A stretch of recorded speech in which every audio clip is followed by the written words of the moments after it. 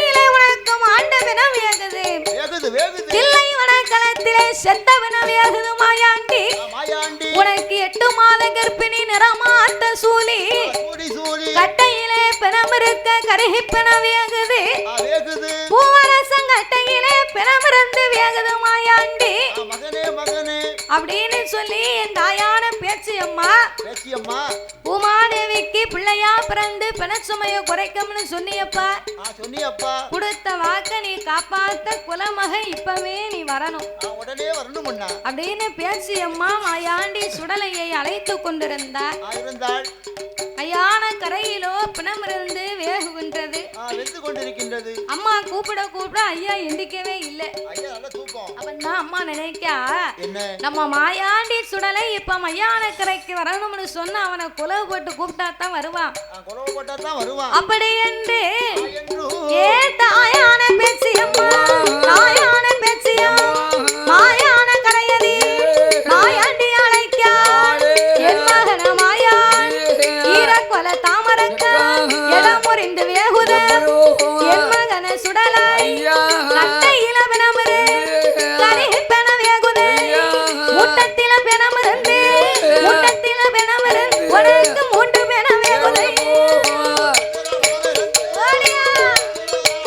உனக்கு மூன்று பிண வேகுதை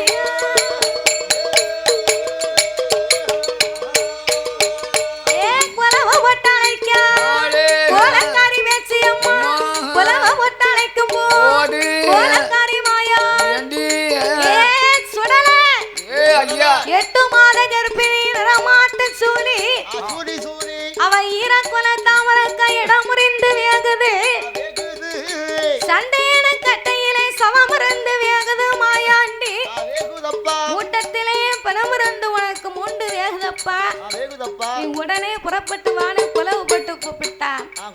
அவர் அம்மானோட சத்தம் கேட்டு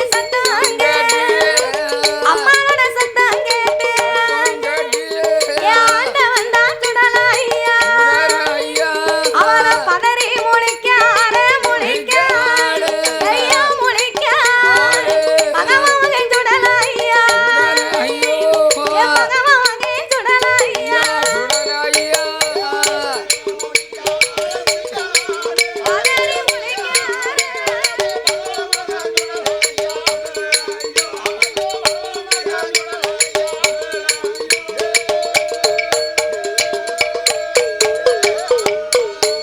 அவர பதறி முழிக்காரு பகவான் சுடலையா நாம மாயானம் போகவே ஆண்டவன் திங்கவே நாம தில்லை வனம் போகவே சுடலை செத்தவன் திங்கவே நாம இடுகாடு போகவே உடலை இறந்தவன் திங்கவே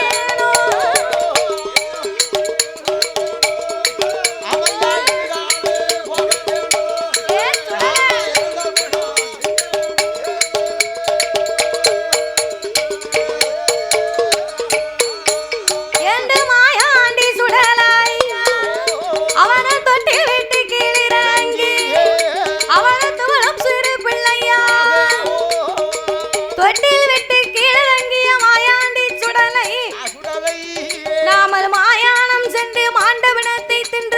சுடலை நிறைக்க வேண்டும் தில்லைவனம் சென்று செத்தவனத்தை தின்று சிறுகுடலை நிறைக்க வேண்டும் என்று என் செல்ல மகன் சுடலத்தை தொட்டில விட்டு ஐயா இறங்கினார்.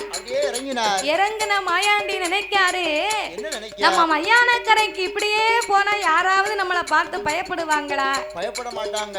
அதுக்கு தகுந்த அங்கார ஓங்கார ரூபங்களை கொண்டு போக வேண்டும் என்று என் அப்பனாகிய சுடலத்தை அவர் எப்பேற்பட்ட ரூபமாகி வருகிறார் தெரியுமா? அவர பிள்ளை நல்ல சொரூபம் விட்டு அவர பெரிய ஒரு சொரூபம் கொண்ட மதனை சொரூபம் விட்டு மாய ஒரு சொரூபம் கொண்ட குழந்தை சொரூபம் விட்டு ஐய குழந்தை நல்ல சொரூபம் விட்டு மாயாண்டி கொடிய ஒரு சொரூபம் கொண்ட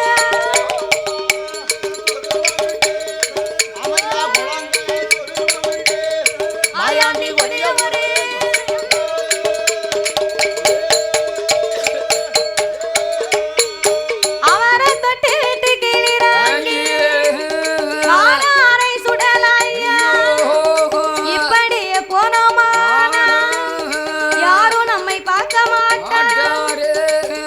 ஒரு தோப்பு காவலாளியா இருந்தா கையில என்ன வச்சிருப்பாரு? 18 கட்ட லைட் வச்சிருப்பாரு. எத்தனை கட்ட? 18 கட்ட. 18 கட்டையில பேட்டரி இருக்குயா? பேட்டரி இருந்துச்சு அந்த காலம். அப்படியா? நீங்களா இருக்கும். இருந்து அடிச்சா ஒரு தோப்பு காவலாளியா இருந்தான்னு சொன்னா அவர் கையில ஒரு பெரிய வீச்சு அருவா இருக்கும். ஒரு துரட்டி கம்பு ஒண்ணு இருக்கும். அத மாதிரி நம்ம வேட்டைக்கு போறோம்னா அதற்கு தகுந்த ஆயுதத்தோட நம்ம போனோம். ஆயுதத்தோட போனோம்னா இடுப்புக்கு சல்லடை வேணும், தலைக்கு குல்லா வேணும், கைக்கு வல்லையம் கம்பு வேணும், வீச்சு அருவா நமக்கு வேணும், ஆன பந்த வேணும், அழுக்கு தடி வேணும். ஆன பந்தத்தை கொடுத்து அதுக்கு தகுந்த தண்ணி வேணும். தண்ணி வேண்டாம், என்ன வேணும்யா? அதாவது சுடலைய நினைச்சு தண்ணியை ஊத்தினாலும் கபக்குன்னு பிடிக்கும். பிடிக்குமோ? ஆமா, சக்தி அது. ஐயாவோட சக்தி. சில கோயில்ல சொல்லுவாங்க, என்ன பச்சை தண்ணியில விளக்கு எரியுது. ஆமா, இது ஒரு பத்திராளி அம்மன் கோயில எரியுது, உண்மை இது. பச்சை தண்ணியா கூட இருக்கு, அது கூட ஆச்சரியம் இல்ல. ஆமா, எண்ணெயும் இல்லாம திரியும் இல்லாம விளக்கு எரியுது. அது எங்க எரியுது? ஆமா, மருக்குப்பள்ளி வாசல்ல. அப்படியா? அதனால மாயாண்டி சுடலை தலைக்கு குல்லா வேணும், இடுப்புக்கு சல்லடை வேணும், ஆன பந்த வேணும், அழுக்கு தடி வேணும், வீச்சருவா வேணும், வல்லையங்கம்பு வேணும். இதற்கெல்லாம் நாம யாரை வரவழைக்க என்று மாயாண்டி யாரை வரவழைத்தார் தெரியுமா? மருணனை வரவழைத்து வல்லையம்மா வெடிப்பார், குபேரனை வரவழைத்து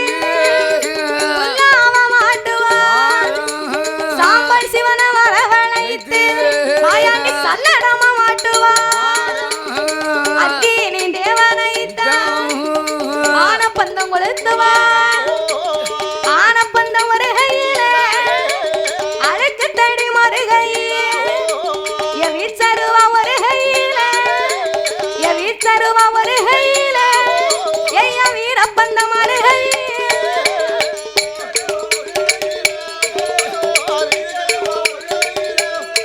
அவருக்கு வீரப்பந்தம் ஒரு கையில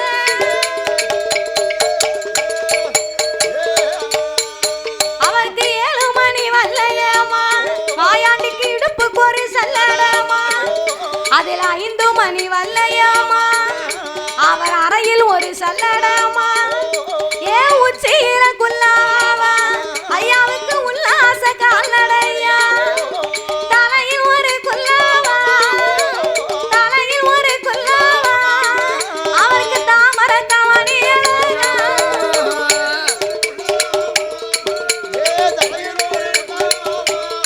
அவருக்கு தாமர கவனி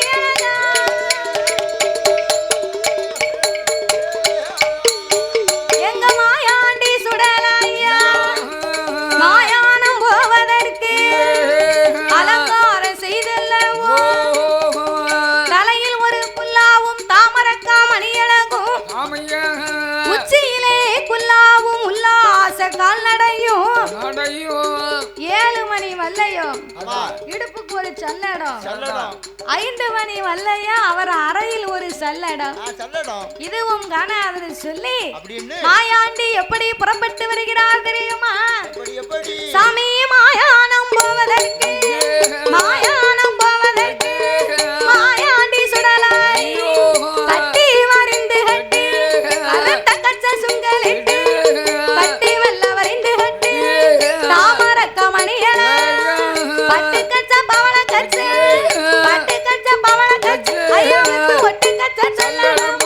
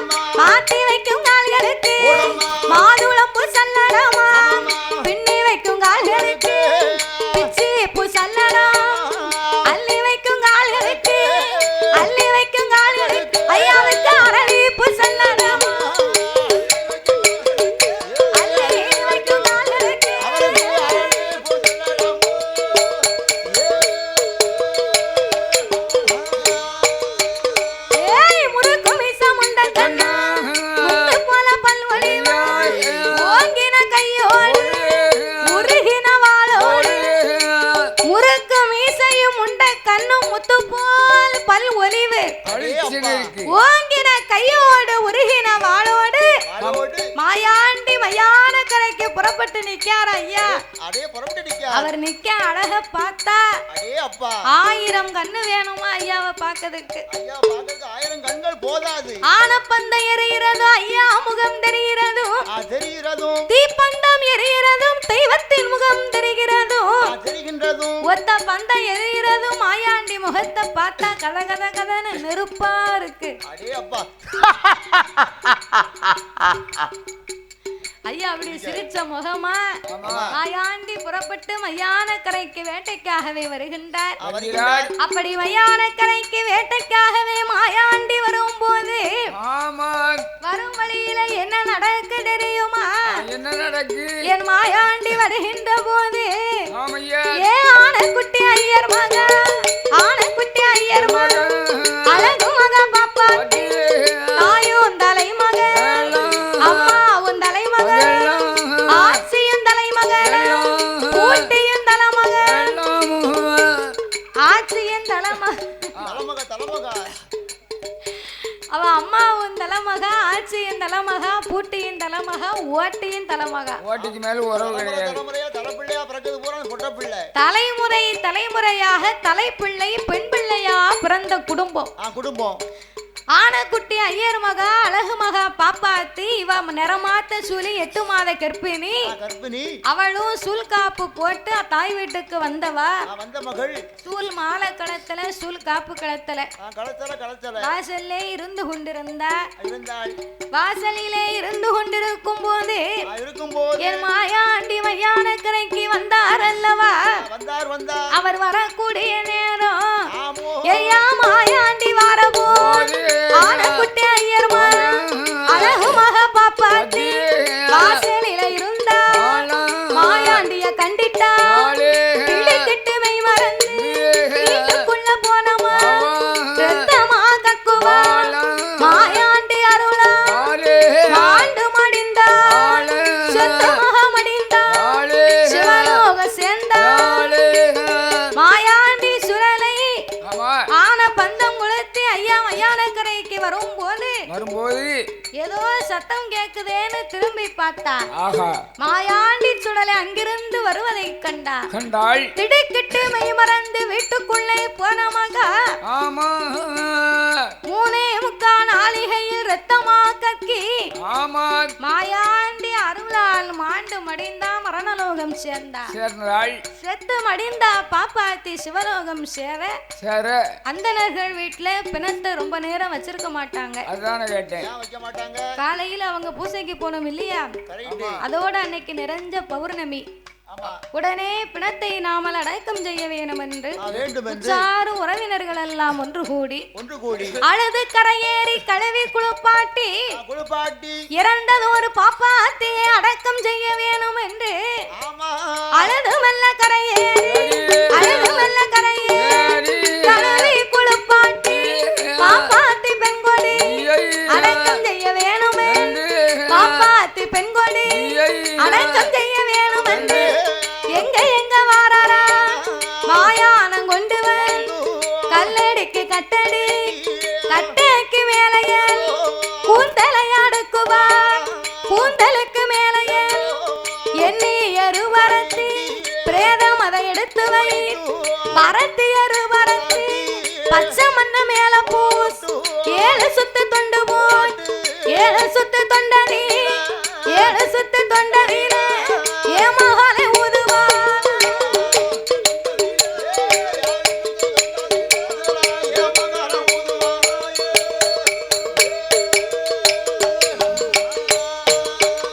ஏயா 7 சுத்து தொண்டனி ஏமகாலின் தூதேவன் துருத்தி போட்டு ஊதுவான். துருத்தி போட்டு ஊதும் போது பாப்பாத்தி பெண்கொடி பாலடுப்பு தீப்போ பச்சித்தி பிடிக்குதை சுட்டடுப்பு தீப்போ சுத்தி பிடிக்குதை மண்டையில தீப்பிடித்து வானம் மட்டும் முகையலும் கொண்டையில தீப்பிடி கொழுந்து விட்டு எரியுதை அடி வயச்சில் தீப்பிடித்து அடி வயச்சில் அவளுக்கு ஆகாயம் முழங்குதை அடி வயச்சில் தீப்பிடித்து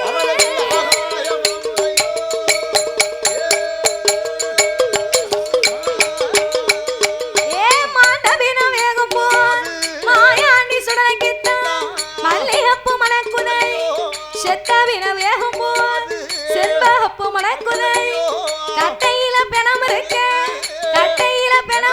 ஐயாவுக்கு கருகி பெண வேகுதை.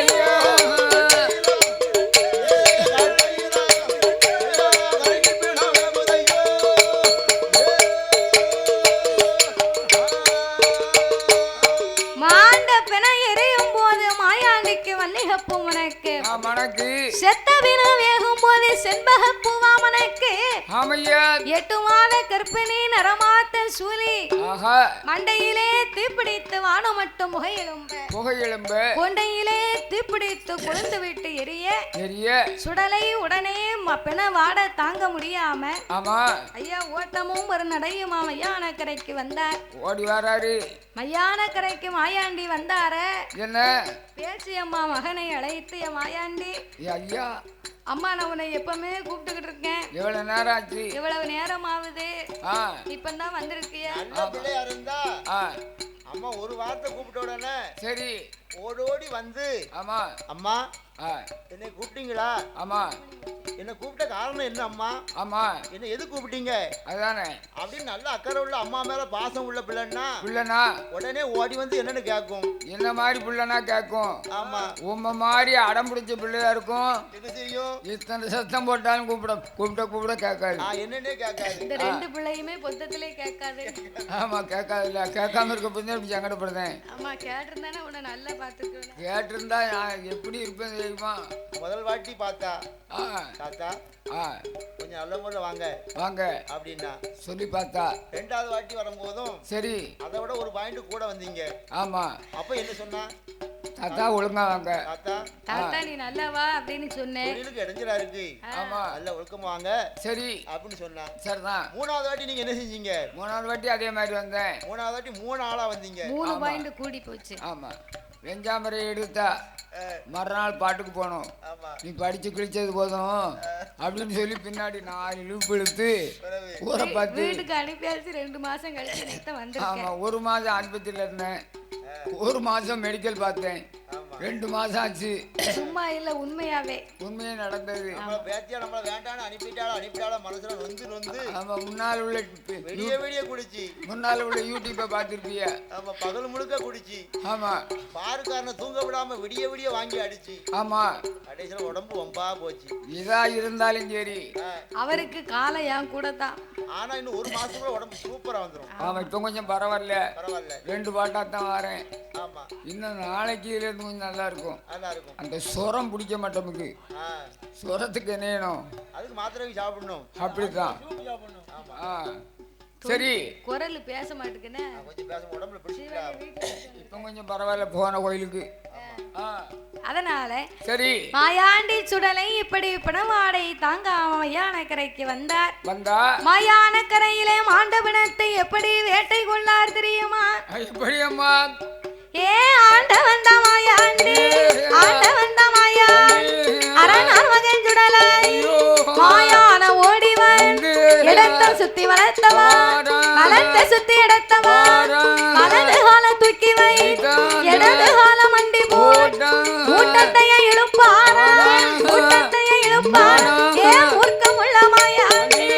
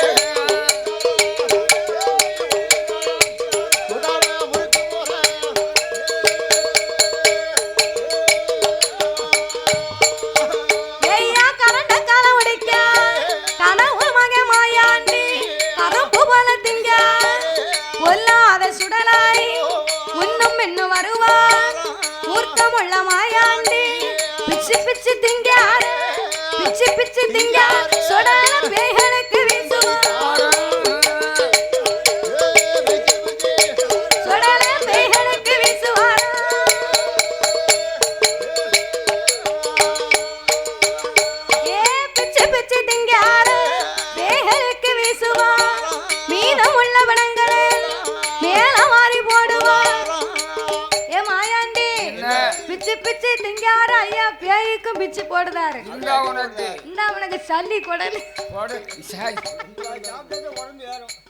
ஆமா, அத நீங்க சாப்பிடுங்க ஐயா. சிலிப்பி சிலிப்பி வாங்கி சாப்பிட்டு தாத்தா. சிலிப்பி ஆடி சிலிப்பி சல்லி குடல் சாப்பிட்டோம்னா குடல்ல உள்ள புண்ண பூரா ஆத்தும். ஆட்டுல உள்ள சிலிப்பி. ஆமா. உப்பு கச்சி கிடக்கும். அப்படி மாயாண்டி மணி குடலை உருவினார். ஆமா, சல்லி குடல் எடுத்து பேய்க்கு போட்டாரு. இந்த உனக்கு கையெலும்பு, இந்த உனக்கு காலெலும்பு, எலும்பு, இந்த பிடி உனக்கு மண்டை ஓடு, இந்த கொல்லிய பிசாசு என்ன புடி அப்படின்னு மாயாண்டி சுத்தி உள்ள பேய்களுக்கு வீசினார். மீதம் உள்ள பிணத்தை பூரா மேலவாரி போட்டு ஐயாவுக்கு திங்க திங்க ஆசை விட மாட்டேங்குது. அப்பந்தான் பார்த்தா பேச்சு அம்மா என்ன செய்யற மாயாண்டி உனக்கு திங்கவே தெரியலையடா, அம்மா உனக்கு எடுத்து தாரை அப்படி என்று என் பேச்சு அம்மா பிள்ளைக்கு எடுத்து கொடுத்தா. அப்பனந்த மாயாண்டி அப்பனந்த மாயாண்டி என் மகனை சுடலாய் என்று சொல்லி பேச்சு அம்மா புலி பிள்ளைய புடுங்குவாள், புலி பிள்ளைய ஆளை கொடுக்காள மாயாண்டிக்கு கொடுக்காள மாயாண்டிக்கு.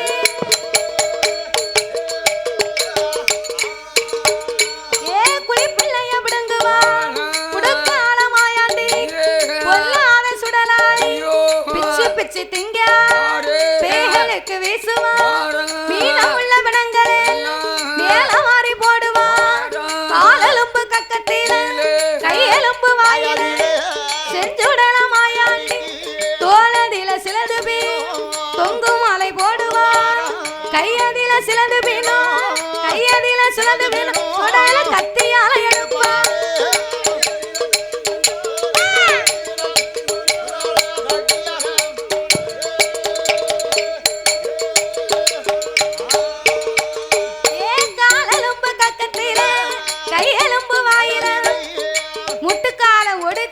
கக்கத்துல வச்சிருக்காரு. கைய ஒடிச்சு கைய ஒரு கடி கால ஒரு கடி ஐயா திங்க திங்க அந்த பிண வாடைக்கு மாயாண்டிக்கு பிச்சு பூவா மணக்கு. நமக்கெல்லாம் சவ வாடை, ஐயாவுக்கு அது சந்தன வாடை. நமக்கு பிண வாடை, ஐயாவுக்கு பிச்சு பூ வாடை. செஞ்சுடலை மாயாண்டியாகப்பட்டவரே இன்னும் எப்படி அறந்துகின்றார் தெரியுமா? ஏ கையால எடுத்த வீணும் கையால எடுத்த வீணும் கலவயிறு உன்வடி வாயால தின்ன வீணும் வாயால தின்ன வீணும் ஐயா வயிறு எல்லாம் உன்வடி வாயால தின்ன வீணும்.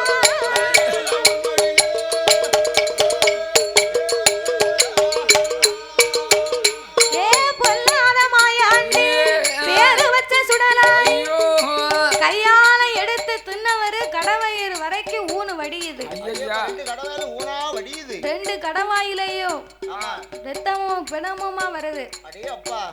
வாயால் தின்ன பிணம் வயிறு எல்லாம் உன்வடிய மிச்சமுள்ள பிணத்தை எல்லாம் ஐயா நினைக்காரு.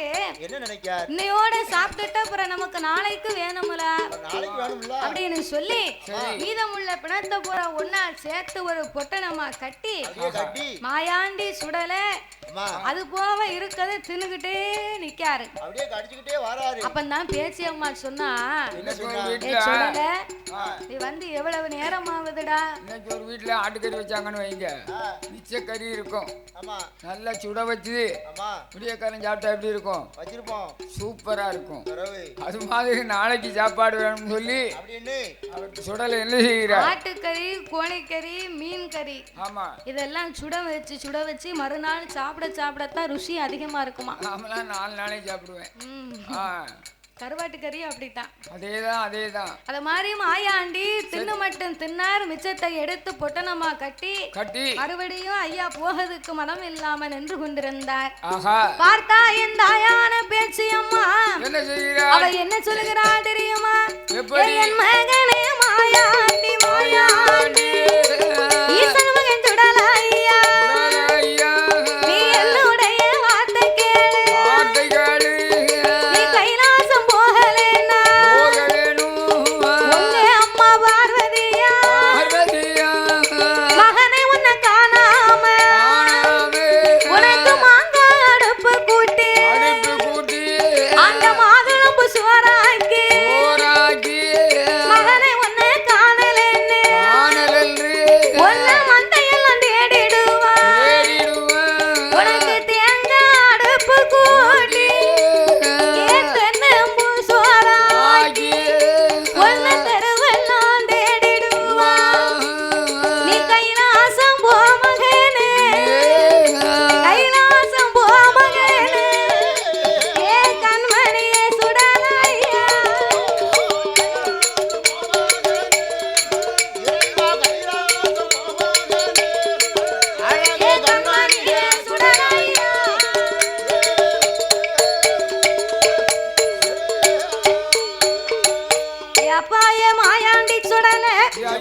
நீ கைலாசத்துக்கு போகலைன்னா உங்க அம்மா பார்வதி மாங்க அடுப்பு கூட்டி உனக்கு மாதுளம் பூச்சோராக்கி உன்ன மண்டையெல்லாம் தேடி வருவாளப்பா.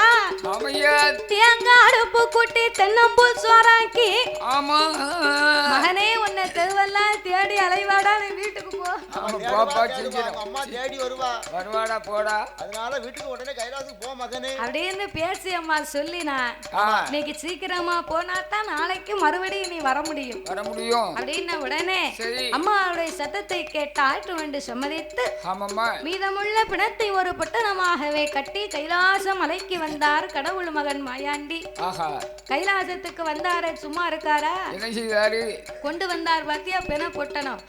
இந்த பெண பொட்டணத்தை தலைக்கு வச்சு பெரிய சுரூபத்தை விட்டு பிள்ளையா வடிவம் கொண்டு பெண பொட்டணத்தை தலைக்கு வச்சு ஐயா தொட்டில படுத்திருக்காரு. தலையெல்லாம்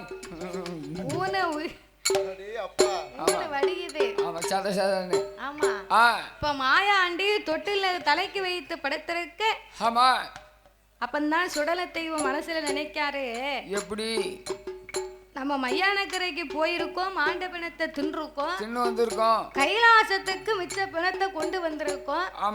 நம்ம செய்த மகிமையை அறியணும்னு சொன்னா நம்ம அம்மா இங்க வரணும். அதுக்குத்தான் ஐயா பிணத்தையே கொண்டு வந்தாரு. நம்மள சாதாரண பிள்ளைன்னு அவங்க நினைக்க கூடாது. அப்படி என்று செஞ்சுடலை பாயாண்டியாகப்பட்டவர் பிள்ளையாகவே தொட்டிலே படுத்துக்கொண்டு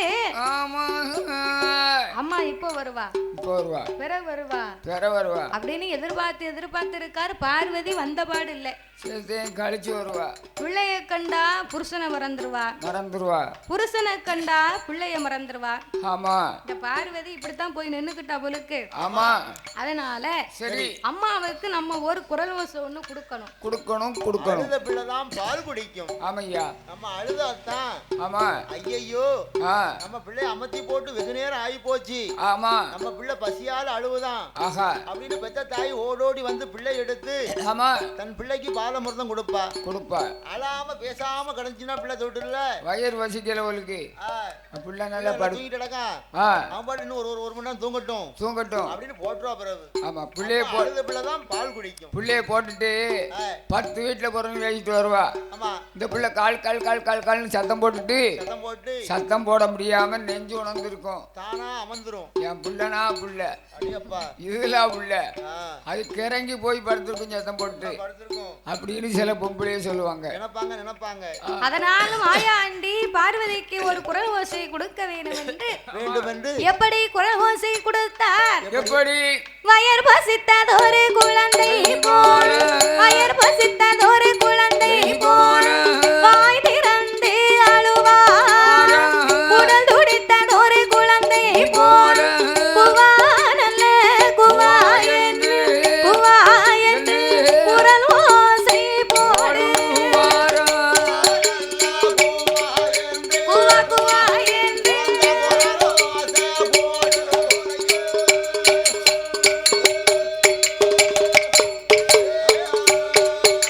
அத குரல் ஓசை போடும் போல் கோமதியா பார்வதி பிள்ளை சத்தங்காதில் பேரழகி வாரா தொட்டி பக்கம் ஓடி வந்து பிள்ளைய பார்க்கல, பிள்ளைக்கு மேல எல்லாம் பெறவாடாடி குதையா மல்லிகப்பு மேனி எல்லாம் ஆண்டவினாடி குதையா செண்பகப்பு மேனி எல்லாம் ஒரு செத்த வினாடி குதையா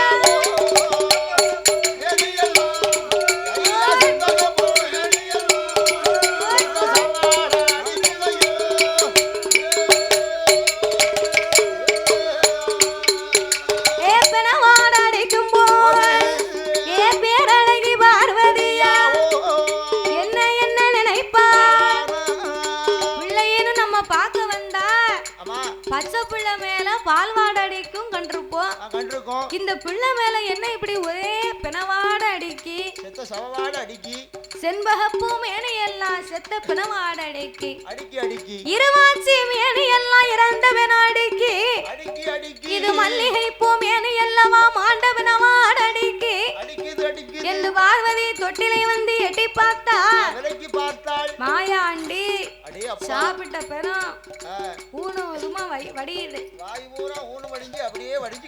அப்பந்தான் பார்வதி பார்த்தாள் ஐயோ அன்னைக்கே ஆண்டவன் சொன்னாரே இந்த புள்ள மூணாவது புள்ள உனக்கு வேண்டாம் மாயானம் போவா மாண்ட பெரும் திம்பாம்னு சொன்னாரே நம்ம தானே கேட்கல மூணாவது பிள்ளை வாங்கணுமே இந்த பிள்ளைய வச்சிருந்தா இன்னைக்கு பிணை இருந்தது சாப்பிட்டான் நாளைக்கு பிணை இல்லைன்னா நம்மளையே அடிச்சு சாப்பிட்டாலும் சாப்பிட்டுருவானே இதுக்கு மேல நம்ம என்ன செய்யலாம் இனிமே இந்த புள்ள நமக்கு வேண்டாம் உடனே சிவனிடத்திலே சென்று நாமல் முறையிட வேண்டும் என்று ஆதிபராசக்தி கைலைக்கு ஓடி வந்து கடவுளை கண்டாள் ஆண்டவா பரம்பொருளே நான் பிள்ளை வரம் கேட்டதற்கு பிறந்தின்னிய கொடுக்கலாம் மகளை வரம் கேட்டதற்கு மாமிசந்தினிய கொடுக்கலாம் குழந்தை வரம் கேட்டதற்கு குழந்தை வரம் கேட்டதற்கு கொடி பிடுங்கிய கொடுக்கலாம்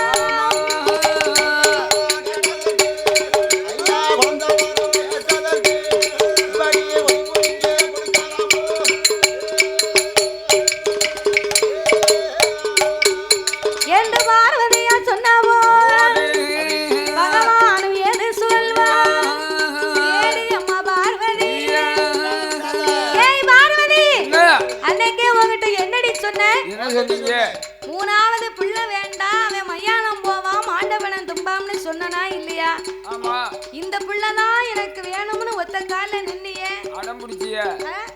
இன்னைக்கு மாயானம் போயிருக்கான் மாண்டவனம் நின்றுருக்கான் சுடுகாடு போயிருக்கான் சுட்டபனம் நின்றுருக்காம்னா நான் என்ன செய்ய அதானே கேட்டேன் நான் என்ன செய்வேன் அன்னைக்குத்தான் அதுக்குத்தான் பெரியவங்க சொன்னா கேட்கணும் ஆமா பெரியவங்க சொன்னா பெருமாள் சொன்ன மாதிரி அவன் கிழவி சொன்னா கிங்கினிக்கு யாராதான் பெரிய வயசாடி ஒரு அறிவுரை சொல்லுவா ஆமா இவா கடா கக்கிழடி அதுக்கு தான் கிழவி சொன்னா கிங்கினிக்கு யாராதான் பேத்தி சொன்னா தாத்தா கேட்கணும் கேட்காம தானமா சீரடி அதனா 5 வருஷமா சொல்லி பார்த்தா தாத்தா கொஞ்சம் குறையும் உடம்பு கெட்டு போகுது நல்லா நீரு தொழில் பாக்கியரு அப்படின்னு சொன்னா கேட்க மாட்டேன் 4 நாளைக்கு என் வீட்டுல வந்து இரும் அப்படின்னு கூட சொன்னா நல்லா சோறு பொங்கி தரேன் அப்படின்னு இருக்கு அப்படிங்க அவருக்கு பாட்டியை விட்டு வர முடியாதான் அவன் சோத்தை தூர கொண்டு போடுனேன் எதுக்கு 2 ஆளா இருக்கும்போது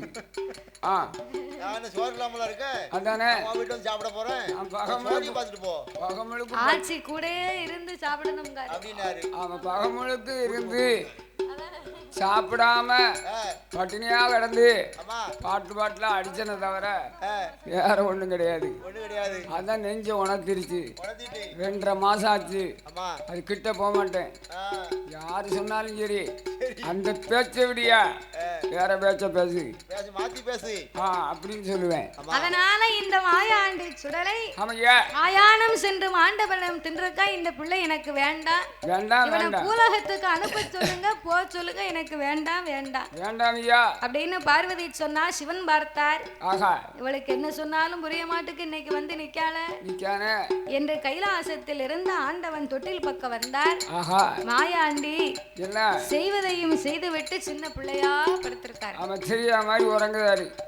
மாயாண்டி ஐயா சுடல நீ செய்தது யாவையும் நான் அறிவேன் செய்வதையும் செய்துவிட்டு சின்ன பிள்ளையாவா நீ படுத்திருக்க சாலம் செய்த உடனே நீ எந்திரிச்சு வா மகனே அப்படின்னு ஆண்டவன் சிவபெருமான் அழைக்க மாயாண்டி தன் சொரூபத்தை எடுத்தார் தொட்டிலை விட்டு துள்ளி குதித்தார் மாயாண்டி ஆங்கார ஓங்காரமா முறுக்கு மீசையும் உண்ட கண்ணு முத்து போல் பல் ஒளிவும் ஏறுநத்தி புருவங்கள் எழுத்தானை மூக்கழகு செக்க சிவப்பழகை செந்தூர பொட்டழகை அழகனே வங்கி தலையழகன் வாடாமல்லி பொட்டழகே அப்பேர்வட்ட என் சிவன பெரியான் கருத்த பாண்டி சுடலை சுடலையா இப்படியே இருந்து கொண்டிருந்தையானா ஆனால் இந்த கைலாசத்தை நீ அழிச்சிருவப்பா. அழிச்சு நீ போடுவ. மாயானம் போயிருக்க மாண்டபனம் தின்றுக்க. இனிமே இந்த கைலாசத்துல உனக்கு இடம் இல்ல, நீ பூலோகத்துக்கு போ. இந்த சைவ கைலாசத்துல ஆசைவம் ஆகாதுடா. ஆசைவம் ஆகாதா? ஆமா அசைவம் ஐசைவம். எப்ப நீ மாணிக்க கையில மாமிசத்தை கலந்ததா மகனை இனி இடமும் ஒன்னு வெள்ளி கையில கலந்ததா இனி உனக்கு இடமும் என் மகன மாயா நீ பூலோகம் போனையா பூலோகம் தன்னாதி கல்யாண கரையும் உண்டு மானிடர்கள் ரொம்ப உண்டு வேணுமங்க விலங்கள் எல்லாம் வேணுமங்க விலங்கள் எல்லாம் அப்பாணி விருப்பமோடு சாப்பிட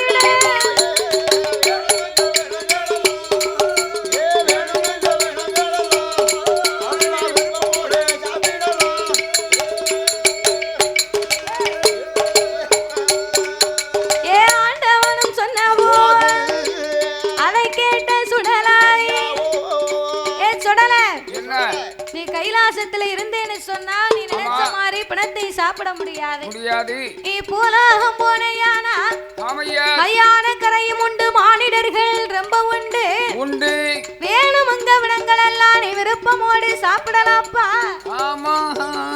அப்படின்னு சொன்ன உடனே மாயாண்டி சொன்னாரு. என்ன சொன்னார்? எங்க பாருங்க, நீங்க வேணும்னு நினைச்சா பிறவி பண்ண வேண்டியது வேண்டாம்னு நினைச்சா பூலோகத்துக்கு போங்க சொல்ல வேண்டியது. ஆமா, என்னை பார்க்க உங்களுக்கு எப்படி தெரியுது? அதானே கிறுக்கமா இருக்கோ? என்ன பார்க்கும்போது உங்களுக்கு கிறுக்க மாதிரி இருக்கோ? அதானே கோட்டிக்கார மாதிரி இருக்கோ? கொஞ்சம் பைத்திய மாதிரி. என்ன பார்த்தா பைத்தியக்கார மாதிரி இருக்கோ? அதானே இல்ல லூசு மாதிரி இருக்கா? அதானே இல்ல அரமணை மாதிரி இருக்கா? எல்லா மாதிரி இருக்கு. எல்லா மாதிரி இருக்கோ? நினைச்சா பிறவி பண்ணுவீங்க. சரிதான். வேண்டாம்னா என்ன கைலாசத்துக்கு பூலோகம் போவீங்க. போ சொல்லுவீங்க. அப்படிலாம் சாதாரணமா நான் போயிட மாட்டேன். அதாவது என்ன கைலாசத்துல பிறந்த மகன் எனக்கு இங்க கொஞ்சம் இடம் வேணும். கைலாசத்துல பங்கு போட்டு கொடு. என்ன உனக்கு பட்டா போட்டு வேணுமா? அதாவது ஈசான மூலையில எனக்கு குறையா எனக்கு ஒரு பீடம் போடவும் பந்தல் போடவும் குடவிழா கொடுப்பதற்கு எவ்வளவு இடம் தேவையோ. நீங்க சொன்ன மாதிரி நான் பூலோகம் போகணும் புகழா வாழணும்னு சொன்னா கைலாச வாசலிலே எனக்கு நிலையம் போட்டு ஊட்டு போட்டு கொடுக்கணும். ஊட்டு போட்டு கொடுத்தா நான் பூலோகம் போவேன், புகழாக வாழ்வேன். ஆமையா, ஊட்டு போட்டு கொடுக்கணுமா? ஆமா. கைலாசத்துல இருந்து எத்தனையோ தெய்வம் பூலோகத்துக்கு போயிருக்கு. எந்த தெய்வமும் இப்படி கேட்கலையே, நீ என்ன வித்தியாசமா கேட்க? அது சொன்னதை காட்டிட்டு போயிடுச்சு. ஆமா, அந்த மாதிரி. எப்பா மத்த தெய்வத்தை மாதிரி நீங்க என்ன நினைக்க கூடாது. நான் யாரு தெரியுமா? யாரு? மணி விளக்கிலே பிறந்த மாயாண்டி, சிவனுக்கு பிறந்த உன் மகன். என்ன லேசா நினைக்காதப்பா. நான் பூலோகத்துக்கு போகணுமானா என்னய்யா எனக்கு நீ எப்படி ஊட்டு போட்டு கொடுக்கணும் தெரியுமா? எப்படி ஐயா? எனக்கு கைலாச வாசலிலே 7 கூட மண்ணு வெட்டி எனக்கு எட்டாத பீடம் போட்டு அதுக்கு ஏணி வைத்து மாலை சாட்டி 6 காலம் பீடம் போட்டு அர்த்த சமம் விட்டு போட்டு கொடுத்தேயா போயிடுவே பூலோ.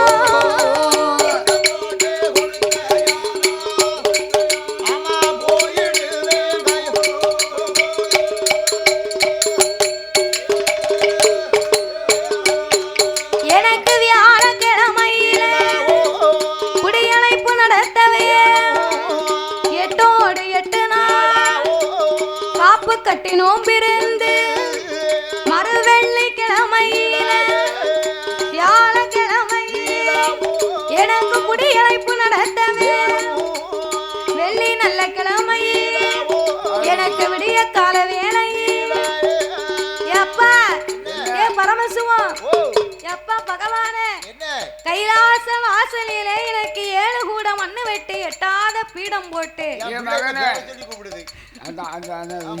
பரமசிவனை கூப்பிடுது என் பிள்ளை. ஆமா, என் அப்பா இங்க வாங்க, என் ஐயா இங்க வாங்க வாங்க அப்படின்னு சொல்லலுக்கு இல்லாம நான் என்ன சொன்னேன்? என்ன சொன்ன? எப்பா பரமசிவன்.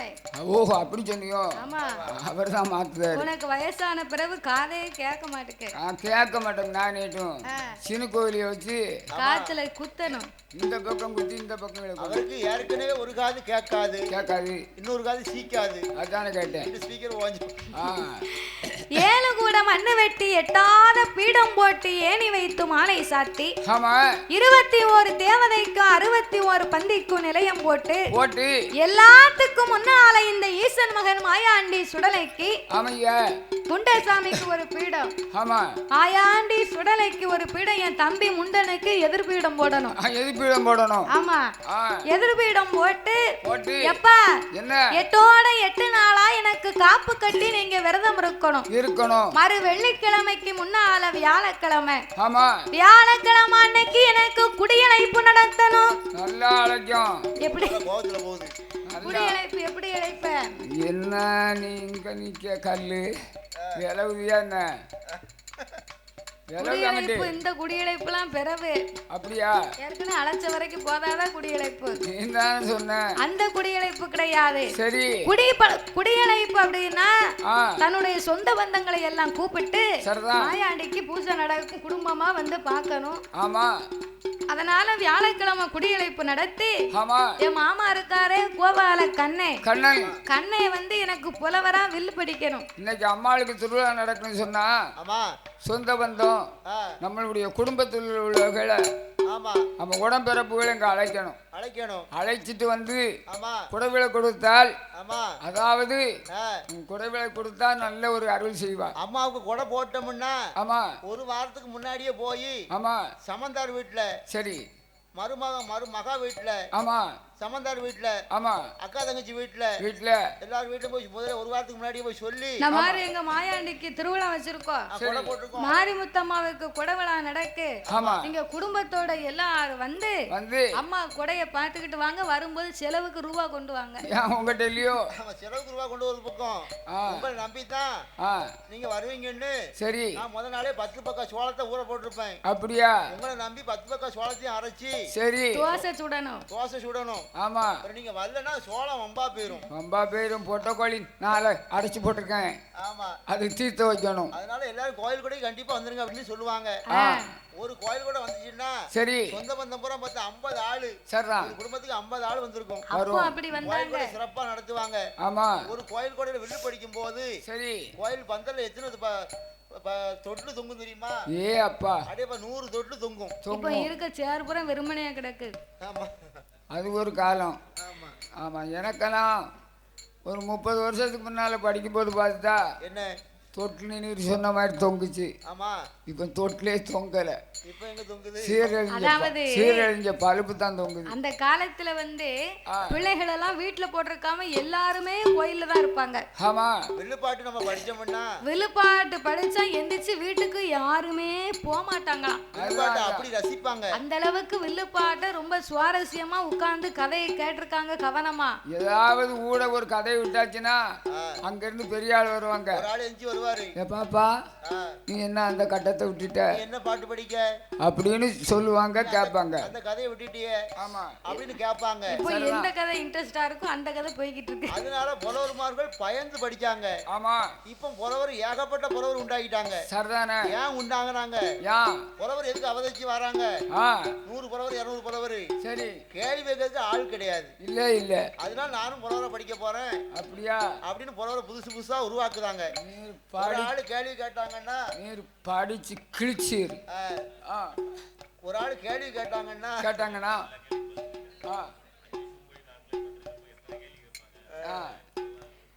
அதனால பயம் இல்லாம நானும் புலவரை படிக்க போறேன், படிங்க ஐயா, நானும் படிக்க போறேன், படிங்க ஐயா அப்படின்னு வராங்க. அதனால அந்த காலத்துல வில்லுப்பாட்டுன்னு இல்ல, எந்த கலை நிகழ்ச்சி இருந்தாலும் அந்த காலம் கூட்டம் இருந்துச்சு. அதை கவனமா கேட்டாங்க. அதுக்கு முக்கியமான ஒரு காரணம் என்ன தெரியுமா? டிவி கிடையாது, இந்த செல்போன் கிடையாது. இந்த செல்போன் என்னைக்கு வந்துச்சோ அன்னையோட முடிஞ்சு அந்த அண்ணாச்சி தூர போட மாட்டேக்காவோ. தம்பி, அந்த செல்போனால என் குடும்பமே சீரழிஞ்சு போச்சு. என் கண்ணு கண்ணுல காட்டாத. எதுக்கு தாத்தா? அந்த அநியாயத்தை கேட்காத. இப்ப எனக்கு வயசு 65 வயசு ஆகுது. சரி. என் பொண்டாட்டிக்கு 63 வயசு ஆகுது. ஏன் கூட இருக்கு? எனக்கு 65 அவளுக்கு 63. என்னோட 2 வயசு கம்மி அவளுக்கு. அப்படி சொல்லும். இந்த 65 வயசுல சரி இதுவரைக்கும் செல்லு கிடையாது எங்க கிட்ட. இல்ல. வீட்டுக்காரி சொன்னா என்ன என்னங்க பக்கத்து வீட்டுல எல்லாருமே செல்லு வச்சு பாத்துட்டு இருக்காங்க. ஆமா. எனக்கு ஒரு டச் செல் வேணும் அப்படின்னா. சரி. அட கூறு கட்டவள. நமக்கு 65 வயசு ஆகி போச்சு. சரிதான். அந்த டச் செல் வச்சு நம்ம ஏதாவது செய்ய முடியுமா? முடியாது. நமக்கு என்ன தெரிய போகுது? அதான் வேண்டாம் அப்படின்னு. அவ விடதுக்கு வழி இல்ல. என்னங்க எனக்கு கண்டிப்பா டச் செல் வேணும் அப்படின்னா. வேணும்னா அப்ப நான் பார்த்தேன் சரி ஒண்ணா எடுக்க வேண்டாம். சரி ரெண்டா எடுப்போம். எடுக்கதே எடுக்கும். ஒண்ணு வச்சுக்கோ. நான் ஒண்ணு வச்சுக்கிட்டேன். சரிதான். அப்படின்னு 40,000 ரூபாய் கொடுத்து 2 டச்சியல் வாங்கினேன். சரி வாங்கி ஒண்ணு என் பொண்டாட்டிட்ட கொடுத்துட்டு ஒண்ணு நான் கொண்டுட்டு வந்துட்டேன். சரிதான். இல்லுக்கு வந்த இடத்துல சரி நம்ம போன் வாங்கியிருக்கோம் செல்லு வாங்கியிருக்கோம் பொண்டாட்டி ஒரு போனை போடுவோம் அப்படின்னு போனை போட்டா என்ன அந்த போன் சொல்லுது என்ன சொல்லுது நீங்க தொடர்பு கொள்ளக்கூடிய வாடிக்கையாளர் வேற ஒருத்தங்க கூட தொடர்பில் உள்ளார் அப்படின்னு. ஆஹா ஏ சண்டாள பாதவத்தி கெடுத்து போட்டாள. நம்ம வில்லுக்கு வந்துருதோம். ஆமா நம்ம வில்லுக்கு வந்த பிறகு இந்த பொம்பளை இந்த வேலையை தான் நடத்திட்டு இருக்காளோ சரிதானே அப்படின்னு நேரா வில்லு முடிஞ்சு வீட்டுக்கு போனேன். என் பொண்டாட்டி டைவர்ஸ் பண்ணிட்டேன். கொஞ்சமா உனக்கு அறிவு இருக்காயா? அவன் அடுத்த கூட தொடர்பு வச்சிருக்கா. நீ அவளை வச்சு என்ன வாழ சொல்லுதியோ? அறிவுக்காக நீ கூறு கட்ட தாத்தா என்ன நீ போன் போடும்போது ஆச்சு யாருகிட்ட பேசிக்கிட்டு இருந்தாலும் அப்படித்தான் சொல்லும். உன் மகன் கிட்ட பேசினாலும் அதையே தான் சொல்லும். உன் மகா கிட்ட பேசினாலும் உன்கிட்ட அதைத்தான் சொல்லும். நீ சொன்ன மாதிரி நான் விவரம் இல்லாம புதுசா போனவங்க பத்தியா என் அவ கிட்ட தான் என் பொண்டாட்டி பேசிக்கிட்டு இருந்திருக்கா. சரி நான் அவகிட்ட பேசிட்டு இருக்கும் போது நான் போன் போட்டிருக்கேன். நான் தப்பா நினைச்சுக்கிட்டு சரி என் பொண்டாட்டி டைவர்ஸ் பண்ணிட்டேன். இப்ப கஞ்சியும் இல்லாம தண்ணியும் இல்லாம நான் ரோட்ல அலையுதேன். உனக்கு வேண்டியதோ சரி அதனால அந்த செல்போன் என் கண்ணுல காட்டாத. அதனால குடும்பம் சீரழிஞ்சு போச்சு. சொன்னே உள்ள வச்சுட்டாவோ. அதனால அப்ப செல் கிடையாது அந்த காலத்துல. அந்த கால செல்போன் இந்த டிவி இதெல்லாம் இல்ல பத்தியலா மக்கள் வந்து நல்ல காரியங்களை நல்லா செஞ்சாங்க. உடம்பு ஆரோக்கியமா இருந்துச்சு. நாகரிகம் இல்லைனாலும் நல்ல எண்ணங்களும் நல்ல நினைவுகளோடும் இருந்தாங்க. இப்ப அதெல்லாம் மாறி எப்படி இல்லாமோ போய்கிட்டு இருக்கு உலகம். அடிச்சு பிடிச்சு முதல்ல போய் சீட்டை பிடிக்காங்க. சரி சீட்டை பிடிச்சோன்னு முதல்ல யூடியூப் ஓபன் பண்ணாங்க. சீட்ல உட்காந்துக்கிட்டு நமக்கு திருச்செந்தூர்ல பஸ் ஏறணும்னா ஆமா நம்ம இறங்குற இடத்த விட்டுட்டு சரி குறும்பூர் இறங்கணும்னா திருநெல்வேலி போய் வேண்டி அங்க இருந்து 2வது டிக்கெட் எடுத்து குறும்பூர் வர வேண்டியிருக்கு. நடந்திருக்கு. வெளியே என்ன நடந்தாலும் தெரியாது. அதனால அந்த காலத்துல அப்படி ரசனையா கேட்டிருக்காங்க. அது மாதிரி மாயாண்டி சுடலைக்கும் என் தாய்மாமனாகிய கோபால கண்ணனே புலவராக வந்து எனக்கு வெளிப்படுத்து வெள்ளிக்கிழமை மதிய உச்சி வேளையில் எனக்கு கோமரம்மா நீங்களும் எங்க அண்ணன் வளர்த்தா மாதிரி எங்க அம்மா பேச்சுக்கு கோமரம்மா பார்வதியும் நீங்க 2 பேரும் ஆடி வரணும். உன்னை பெற்றதுக்கு நாங்க குடும்பத்தோட நின்று ஆடுதப்பா. நீங்க 2 பேரும் கோமரமா ஆடி வந்தா நான் கோமரம் கட்டி ஆடுதேன். கோமரம் கட்டி யாருக்குனே உன்னை பார்க்க முடியலையே. சரி கோமரம் வேற பிறகு கோமரமா 2 பேரும் பயிரெடுத்து ஆடி வரணும். ஆடுதோம் ஆடி வந்து அப்ப நான் ஆடுதேன். சரி அம்மாளை காட சொல்லுத. வாங்க அண்ணாச்சி வாங்க நீங்க அடிக்கிட்டு வாங்க அண்ணாச்சி. கோமரமா நீங்க 2 பேரும் ஆடி வந்து சரி ஆடி வரும்போது தெய்வக்கனியானை பிறவி செய்து எனக்கு தெய்வக்கனியானை பிறவி செய்து 21 சொட்டு ரத்தமும் பலமுமா எனக்கு கைவிட்டு கொடுக்கணும். எனக்கு கைவிட்டு கொடுத்து மதியம் போல எனக்கு பூசைகள் முடிந்து அந்தி கருக்கள் அரைச்சாம வேளையில நான் அலங்காரம் செய்து ஆசார படப்பு சைவ படப்பு பல வகையா எனக்கு பச்சை படப்பு போடணும். என்னென்ன பழம் இருக்கு அத்தனையும் படப்பு போட்டு கொய்யா பழம் 4 கிலோ ஆப்பிள் பழம் 4 கிலோ சரி ஆரஞ்சு பழம் 4 கிலோ மாம்பழம் 4 கிலோ பலாப்பழம் 4 பலாப்பழம் போட்டு பழமா போட்டு அலங்கார தீபாதனை காமிக்க வேணும். எனக்கு அந்தி கரைக்கல் அரசாம வேளையில் ஆசார படப்பு சைவ படப்பு போட்டு சாமம் நடுச்சாமம் நள்ளிரவு 11 மணிக்கு எனக்கு 1 கோட்டை அரிசி பொங்கி ஒரே படப்பா போட்டு பாரு எதுக்கு உள்ள முண்டை என் தம்பிக்கு சரி மூணே அப்படி அரிசி தனியா அவருக்கு பொங்கி போட்டுறணும். எப்ப 2 பேரும் கூட பிறந்தவங்க தானே? கூட பிறந்தவங்க தானே? பொங்குங்க 2 பேரும் நிறுத்திக்கிற வேண்டியதானே? கூட பிறந்தாலும் வாய் வயிறு வேற தானே? சரிதானே, தாயினாலும் பிள்ளைனாலும் வாய் வயிறு. அதனால அவனுக்கு தனியா பொங்கி போட்டு, சரி எனக்கு எப்பேற்பட்ட படப்பு வேணும் தெரியுமா? உங்களால 2 அடுப்பு கூட்ட வேண்டிய இருக்கு. எவ்வளவு பிரச்சனை இருக்கு? எப்ப 1 கோட்டை அரிசி விற்க விலையை பார்த்தீங்கன்னா இப்ப விற்கிறது 1 கோட்டை அரிசினா எத்தனை கிலோ? 1 கோட்டைன்னா 200 கிலோ. என்ன என்னமோ தெரியல எனக்கு. 100 கிலோ ஒரு மூட்டை. 100 கிலோ 100 கிலோவா? 75 கிலோ மூட்டை இருக்கு. 25 கிலோ பையும் வந்திருக்கு. சரி, அப்ப 1 கோட்டை அரிசி போடணும்னா 4 பை 8 பை போடணும். அதுக்கு ரூபாய் எவ்வளவு செலவும் ஆகும்? எப்ப நான் செய்த ஒரு கணக்கு.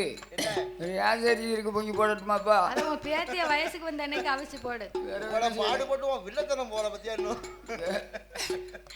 என்ன செய்ய? எப்பேர்